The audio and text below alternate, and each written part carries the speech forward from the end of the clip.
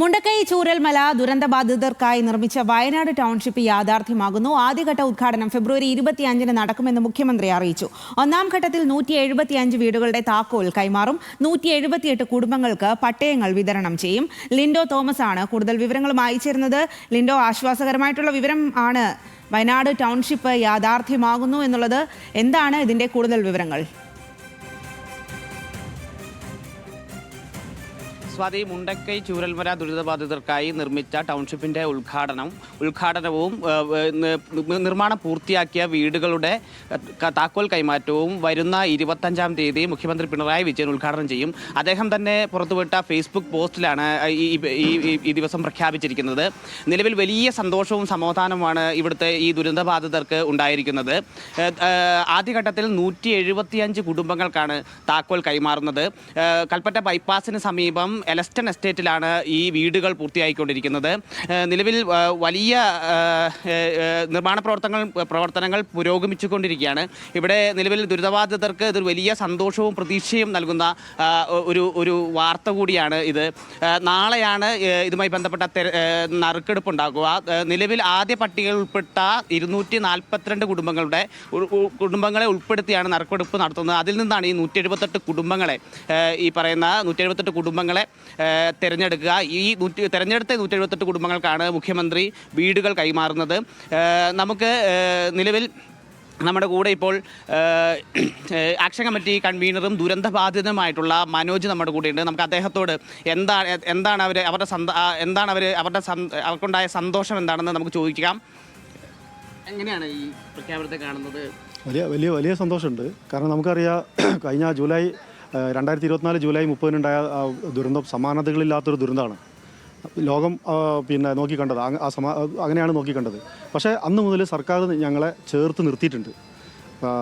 ആദ്യം തന്നെ ക്യാമ്പുകളിലേക്ക്, ഏറ്റവും അടിയന്തരമായി ക്യാമ്പുകളിലേക്ക് മാറ്റി.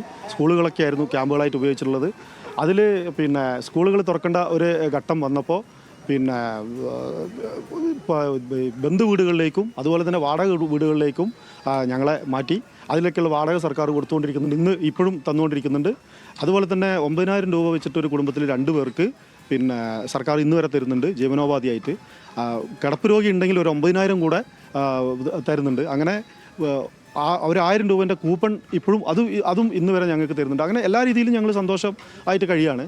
പക്ഷേ അതിൽ ഞങ്ങൾക്കുള്ള പ്രയാസം എന്ന് പറയുന്നത്, ഈ ദുരന്തം ഉണ്ടായതിനു ശേഷം ഞങ്ങളവിടെ മുണ്ടക്കൈ ചൂരൽമല എന്ന് പറയുന്ന 2 ഗ്രാമങ്ങളാണ് ഇതിൽ കൂടുതൽ എഫക്റ്റ് ആയിട്ടുള്ളത്. ഈ 2 ഗ്രാമങ്ങളിൽ കഴിഞ്ഞാൽ ഞങ്ങൾ ഒരുമിച്ച് കഴിഞ്ഞിരുന്ന ഞങ്ങളെ വയനാട് ജില്ലയുടെ പല ഭാഗങ്ങളിലായിട്ട് ഇപ്പോൾ ഒറ്റപ്പെട്ട് പല വീടുകളിലായിട്ട് കഴിയാണ്.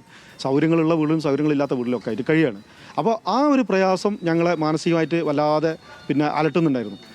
ഈ ഉദ്ഘാടനത്തിൻ്റെ ഡേറ്റും ഈ നറുക്കെടുപ്പിൻ്റെ ഡേറ്റും പ്രഖ്യാപിച്ചതോടുകൂടി ഞങ്ങൾ വലിയ രീതിയിൽ സന്തോഷമാണ്. ഒറ്റ വാക്കിൽ പറയുകയാണെങ്കിൽ, സമാനതകളില്ലാത്ത ദുരന്തം എന്ന് പറയുമ്പോൾ സമാനതകളില്ലാത്ത പുനരധിവാസം എന്നുകൂടെ പറയേണ്ടി വരും. കാരണം ഇത്രയും സ്ട്രോങ് ആയിട്ടുള്ളൊരു വീട്, ഇത്രയും സംവിധാനങ്ങളുള്ളൊരു വീട്, സോളാർ പാനൽ ഉൾപ്പെടെ, ഇൻറ്റീരിയർ വർക്ക് ഉൾപ്പെടെ, ബെഡ്റൂമിലും കിച്ചണിലും ഇൻറ്റീരിയർ വർക്ക് ഉൾപ്പെടെ, ഇൻ്റർലോക്ക്, മുറ്റത്ത് ഇൻ്റർലോക്ക്, കോമ്പൗണ്ട് വാള്, ഗേറ്റ്, അങ്ങനെ കോമൺ ഫെസിലിറ്റികളായി നിരവധി കാര്യങ്ങൾ, കളിസ്ഥലങ്ങൾ, പാർക്ക്, അങ്ങനെ നിരവധി സൗകര്യങ്ങളോടുകൂടി ഒരു ആധുനിക രീതിയിലുള്ള ഒരു ടൗൺഷിപ്പാണ് ഇവിടെ വരുന്നത്. ഗ്രാമങ്ങളിൽ കഴിഞ്ഞാൽ ഞങ്ങൾക്ക് എന്തുകൊണ്ടും ഇതൊരു ലോട്ടറി തന്നെയാണ്. അതുകൊണ്ട് വലിയ രീതിയിൽ സന്തോഷമാണ്.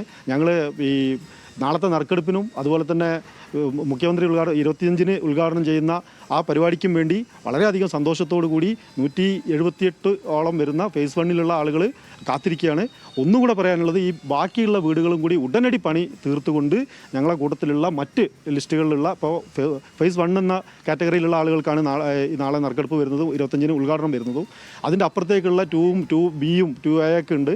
അവർക്ക് 451 ആളെ ലിസ്റ്റുകളാണ് ഇതുവരെ പുറത്തു വന്നിട്ടുള്ളത്. അവരെ മുഴുവനായിട്ടും മാക്സിമം പോയാൽ 1-2 മാസം കൊണ്ട് തന്നെ ഇങ്ങോട്ട് എത്തിക്കാനുള്ളൊരു പണി സ്പീഡ് വേഗത്തിലാക്കണമെന്നും കൂടി സർക്കാരിനോട് അഭ്യർത്ഥിക്കുകയാണ്. വലിയ രീതിയിൽ സന്തോഷമുണ്ട്. 25-ാം തീയതി ആ ഡേറ്റിന് വേണ്ടി ഞങ്ങൾ കാത്തിരിക്കുകയാണ്. വലിയ രീതിയിലുള്ള സന്തോഷമാണ് അദ്ദേഹം പങ്കുവെക്കുന്നത്. കഴിഞ്ഞ 2024 ജൂലൈ 30-നാണ് നാടിനെ നടുക്കിയ, കേരളത്തെ നടുക്കിയ ഈ വലിയ പ്രകൃതി ദുരന്തം ഉണ്ടാകുന്നത്. 100 കണക്കിന് ആളുകളാണ് ഈ ദുരന്തത്തിൽ മരണപ്പെടുന്നത്. നമ്മളെല്ലാവരും കണ്ടിട്ടുള്ളതാണ് അതിൻ്റെ എത്രത്തോളം വലിയ ആഘാതമായിരുന്നു. 2 ഗ്രാമങ്ങൾ ഒലിച്ചുപോയ ഒരു സംഭവമാണ് ഉണ്ടായത്. അതിന് ഈ അദ്ദേഹം പറഞ്ഞതുപോലെ ഒറ്റപ്പെട്ട് പല രീതിയിൽ ഛിന്നഭിന്നമായി പോയ ആളുകൾ ഇപ്പോൾ ഈ ടൗൺഷിപ്പിലേക്ക് ഒന്നിച്ചു വരികയാണ്. അവരുടെ അയൽക്കാർക്കൊപ്പം ഇനിയും തുടർന്നുള്ള കാലഘട്ടത്തിൽ ജീവിക്കാൻ സാധിക്കുമെന്ന പ്രതീക്ഷ അവർക്കുണ്ട്. അപ്പോൾ അത്തരത്തിൽ വലിയ സന്തോഷമുള്ള വാർത്തയായിട്ടാണ് ഈ 25-ന് മുഖ്യമന്ത്രി പിണറായി വിജയൻ ടൗൺഷിപ്പ് ഉദ്ഘാടനം ചെയ്യുന്നു എന്ന് പറയുന്ന ആ പ്രക്രിയ ശരിയില്ലോ. എന്തായാലും വലിയ സന്തോഷകരമായിട്ടുള്ള വാർത്തയാണ് ഈ ഒരു സമയത്ത് വരുന്നത്. 178ഓളം കുടുംബങ്ങൾക്കാണ് വീട് നൽകുന്നത്. വയനാട് ടൗൺഷിപ്പ് നിർമ്മാണത്തിൽ ആദ്യഘട്ട താക്കോൽ കൈമാറ്റമെല്ലാം നടക്കും. അവരുടെ സന്തോഷമൊക്കെയാണ് ഇപ്പോൾ പങ്കുവച്ചത്. ഇനി വീട് ലഭിക്കാനുള്ളവർക്ക് കൂടി എത്രയും വേഗം വീട് ലഭിക്കണം എന്നുള്ള കാര്യം കൂടി, ആ പ്രതീക്ഷ കൂടി അവിടെയുള്ള ആളുകൾ പങ്കുവെക്കുന്നുണ്ട്.